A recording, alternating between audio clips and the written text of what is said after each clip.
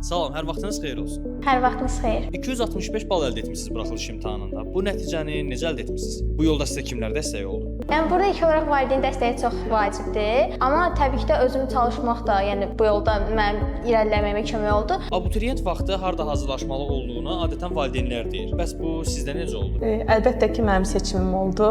İlk olaraq mən övladıma uyğun gördüm Bani seminariyasında təhsil almağı. Bəs niyə Bani seminariyasına uyğun gördünüz?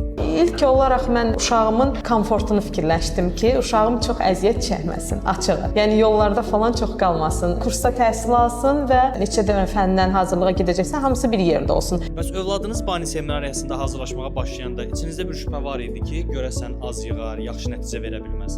Yo, mən inanırdım. Mən övladıma inanırdım ki, mənim övladım yüksək bal yığacaq. Çünki övladımın ilkin savadı var idi. Övladınızın yüksək bal yığmasının üç əsas səbəbini nədə görürsüz? İlk olaraq övladımın əzmi, iradəsi, ikinci seminariyamızın dərs sistemi, üçüncü təbii ki, valideynlərin dəstəyi. Bani seminariyasında hazırlaşanlara və hazırlaşmaq istəyənlərə 3 şey tövsiyə eləsəz, bu nə olar? Birincisi buradakı müəllimlərin tövsiyələrinə diqqətlə qulaq asıb və əməl etmək. İkincisi dərslərə səmərəli şəkildə düzgün vaxt bölmək. Bir də özünə həmişə motivasiyanızı itirməmək. Özünüzə motivasiyanızı itirsəz heç nə əldə edə bilməyəsiniz.